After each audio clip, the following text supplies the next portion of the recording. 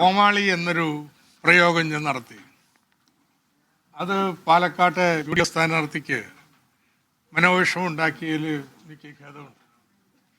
അങ്ങനെ അദ്ദേഹത്തിൻ്റെ അഭിനയ മികവിനെ കുറിച്ചൊന്നും മോശം പറയാനല്ല ഞാൻ ഉദ്ദേശിച്ചത്. എൻ്റെ വിമർശനം രാഷ്ട്രീയമാണ്.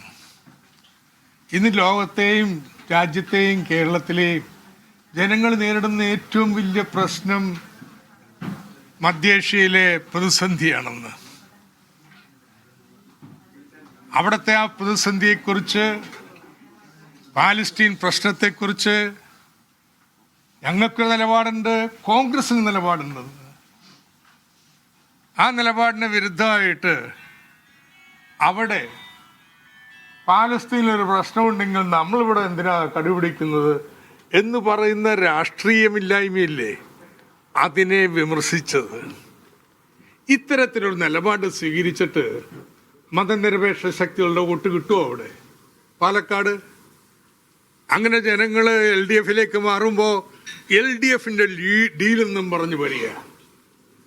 അവിടെ കോൺഗ്രസിനെ ഒന്നും വിജയിപ്പിക്കാനുള്ള അച്ചാരമൊന്നും ഞങ്ങൾ വാങ്ങിയിട്ടില്ല കേട്ടോ, തോപ്പിക്കാനാ. UDF നിന്ന് വോട്ട് മാറുമ്പോൾ രണ്ടാം സ്ഥാനത്തുള്ള LDF വരാമെന്ന്. LDF ജയിക്കാൻ പോണത്. അവിടെ തോൽവിയുടെ സമ്മതമാണ് ഈ ഡീൽ വാദം.